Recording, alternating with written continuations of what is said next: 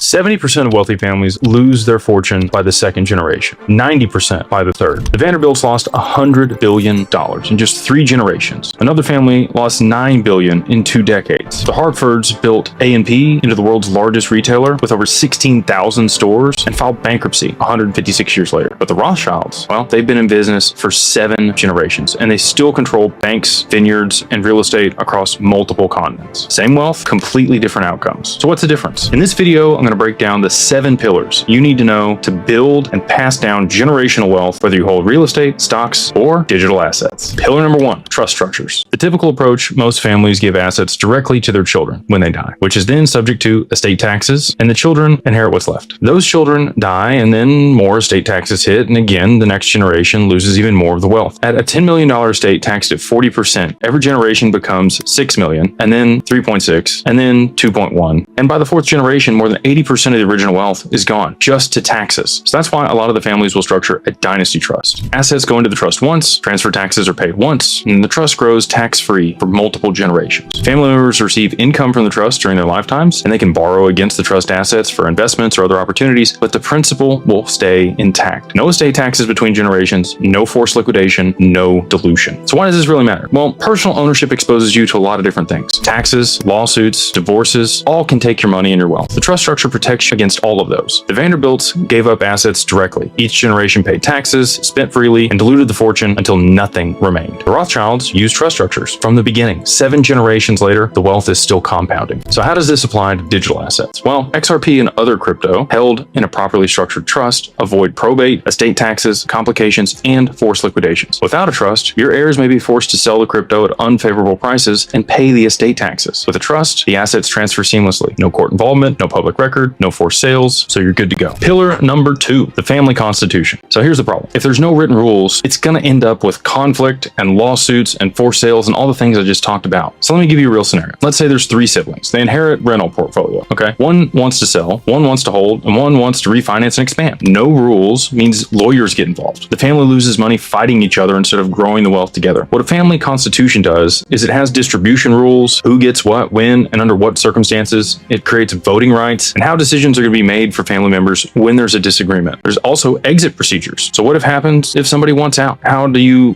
provide liquidity to them while maintaining the wealth for the family? And it also provides dispute resolutions, how conflicts are going to be managed and resolved without courts and mediation or with other advisors. Let's take the Ford family, for example. The Fords established a governance structure that included family members, independent advisors, and professional trustees. There's 3 different advantages to this. 1, there's objective decision making. It's protected against a rogue family member, and they educate the next generation. So the Ford family still controls Ford Motor Company after 120 years. So when's the best time to do this? Well, when you first set everything up. Starting right means continuing right. When everyone is calm, level-headed, they're better able to make decisions without the emotional issues that come up later on. Right now, that would be the best time to get this going. If you have an investment in digital assets or you're planning on a liquidity event, yesterday would have been the best, but right now is the second best time to get going. And nothing great has ever happened without being written down first. So let's take this back and how it would work out for crypto. Well, you need rules for who controls the private keys, how that crypto is distributed, what happens if somebody dies or gets divorced or wants out. All of that needs to be written down. And without those rules, one family member could drain the wallet or heirs could fight over the control of the access. As long as there's written rules, everyone knows the game before it's even being played. And you have all of this stuff structured so you don't have the issues down the road. Pillar number 3, the liquidity engine.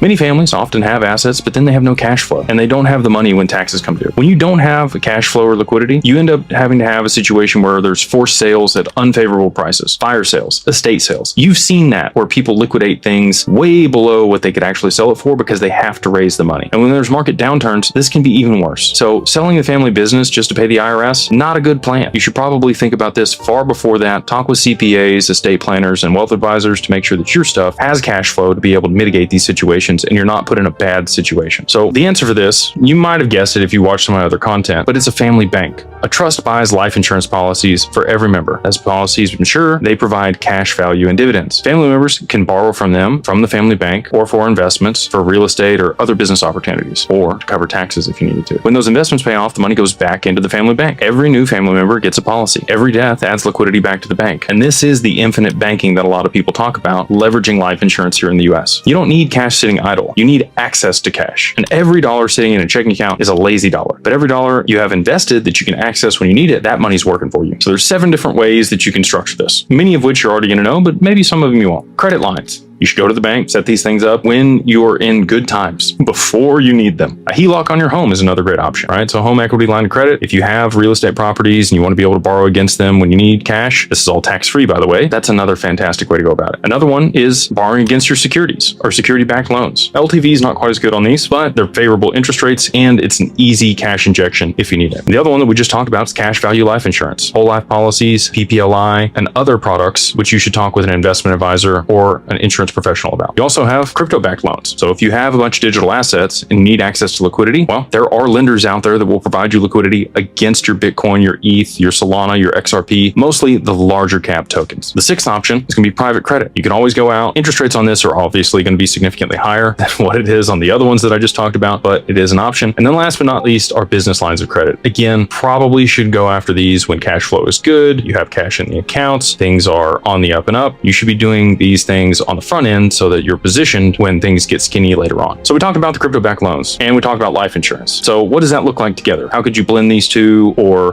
which one should you use? Well, life insurance provides cash to pay estate taxes without forcing the liquidation of crypto in a bear market. If somebody were to pass away and you don't want to sell the assets to be able to cover the estate taxes if there is a transition or you haven't structured it the right way, life insurance can provide that buffer. You can also borrow against that policy. Now, crypto-backed loans, they're going to let you borrow against your Bitcoin, your XRP, instead of selling it. You maintain exposure while accessing liquidity. Interest rates, I do think, will come down over time on that also. Neither one of these are a taxable event. No capital gains, just access to cash when you need it. And then lastly, you can invest in crypto through your life insurance policy. We have an insurance dedicated fund, which is diversified across multiple assets. If you have $3 to $5 million and you wanted to fund that policy in cash, currently we don't have a way to be able to do it in kind, but we're working on it. That's another fantastic way to be able to marry to these options and get access to liquidity. So if you want to, you could reach out. We'd love to chat with you about it. Just go to exurelegacy.com. Pillar number 4, transfer restrictions. So what problem is created here? Well, easy liquidity leads to bad decisions. If family members can access cash when and whenever they want, they will. And divorces will force sales, creditors will seize assets, and one bad decision by one family member can destroy the generational wealth you work so hard to create. The Cargill and McMillan family, they own Cargill, the largest private company in America, $160 billion in annual revenue. They have strict rules around selling shares. Family members can't just cash out whenever they want. Since 1865, over 150 years, all controlled by the family. The Koch family is another one that has done this. So,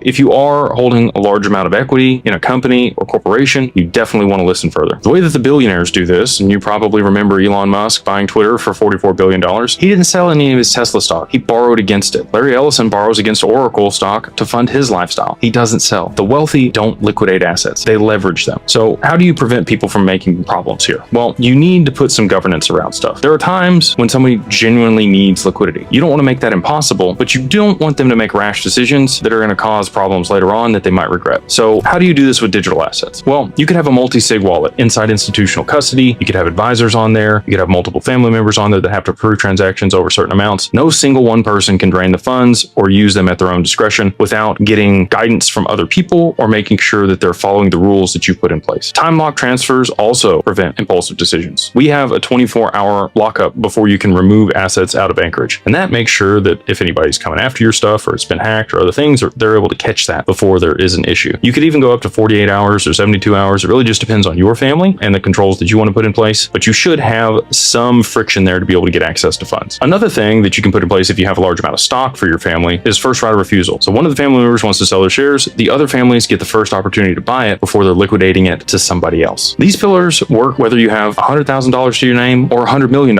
in your estate, but most people never learn them until it's too late. If you want to work with trusted advisors, you should reach out to digitalfamilyoffice.io or Digital Ascension Group, and we can break down exactly how to set up these structures for your own family, especially when it comes to digital assets. Pillar number 5, short-term thinking destroys long-term wealth. Traders pay taxes constantly. Every sale triggers capital gains or income tax. Every gain gets taxed. The compounding just gets interrupted over time if you're doing it this way. Holders compound their work. The taxes are paid once and at the end after decades of growth. So you want to have a Pantheon mindset, basically thinking for the next 100 years. And that's what family offices do. The frame here is, what would you do differently if you knew your grandchildren were going to inherit your portfolio? Well, you'd stop chasing quick gains. You'd stop reacting to every market dip, and you'd pick quality assets and just hold them over the duration. Warren Buffett illustrates this really well. He talks about making just 20 investments over your lifetime. If that's all you could make, you would be very careful with how you participated, traded, and structured your estate when trading these digital assets or other investments that you're making. Compounding your wealth over time is your biggest asset.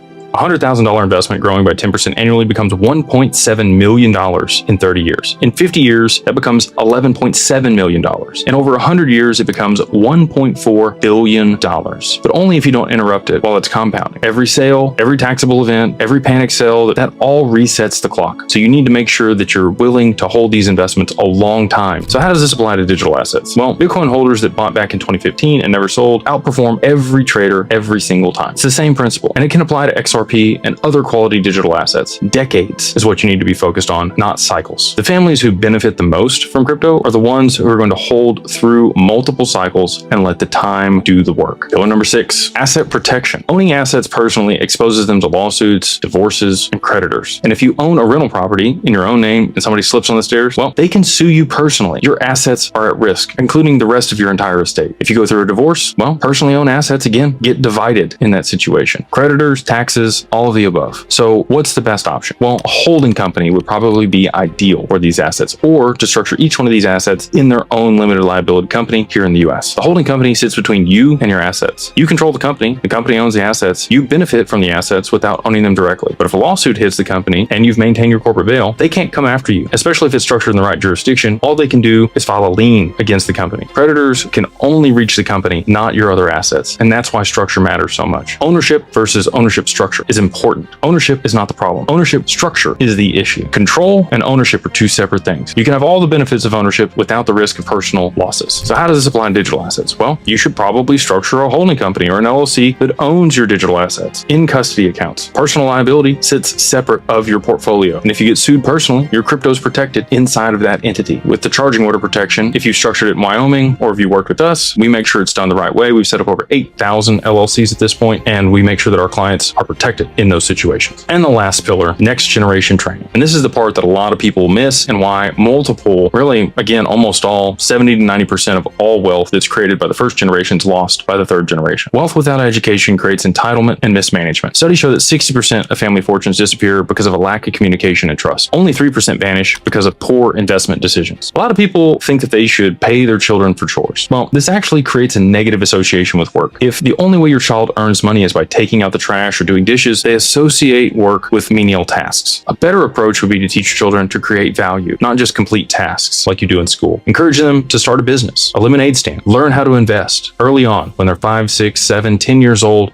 Give them a little bit of money to invest in stocks or crypto or real estate. Obviously, real estate's a little bit more, so probably can't do that at an early age, but some of these other ways could be their starting point or jumping off point so that they can learn how to do this the right way and develop the skills that are needed to create real value in a marketplace instead of just being a trust fund kid that sucks off the tit of the family bank. So how do you do this correctly though? Well, there's 3 different components of next gen training. One is passion. You got to let them explore their interests and keep them engaged in the game. They need to create skills, teach them how money works, how to read a balance sheet, how to evaluate investments, and how to create value in society. And then lastly, they need character. Philanthropy and responsibility are a huge way to be able to do this. When they know that there's something bigger than themselves, they become a better steward of the family's capital. So how does this apply to digital assets? Again, that's our focus at Digital Ascension Group. Well, teaching your children how crypto works is a big piece of what we help our clients do. How custody works, how to read the blockchain, how to verify transactions. Everything needs to be passed on to the next generation that'll be inheriting these assets. And none of this existed 20 years ago. So they need to understand them. As the family passes down crypto, they need to pass down knowledge on how to set this up to make sure that the next generation doesn't fail with it. And you need to start early. Involve them in discussions. Let them see how decisions are made. By the time they inherit it, they should already know how to manage what they're receiving. So in closing, the Vanderbilts had $100 billion, but they didn't structure it. And 120 descendants later, not one of them is a millionaire. The Rothschilds built their structure 250 years ago. And 7 generations later, that structure is still working. You don't need to be wealthy to start building these pillars. You just need to start before you need them. If you want to learn how to apply these pillars to your own situation, especially with digital assets and crypto, you should join us in the Beyond Work Mastermind, where we go deep on all of these topics. The link is pinned in the comments below. And if you're ready to get serious about building generational wealth and want professional guidance on structuring your assets, taxes, funds and how to invest them. That's exactly what our team does at Digital Ascension Group. You can go to digitalfamilyoffice.io and let's talk about your specific situation. Thanks for joining. Please like, subscribe. If you get value from this content, all of that helps the algorithm, and we'll see you on the next one.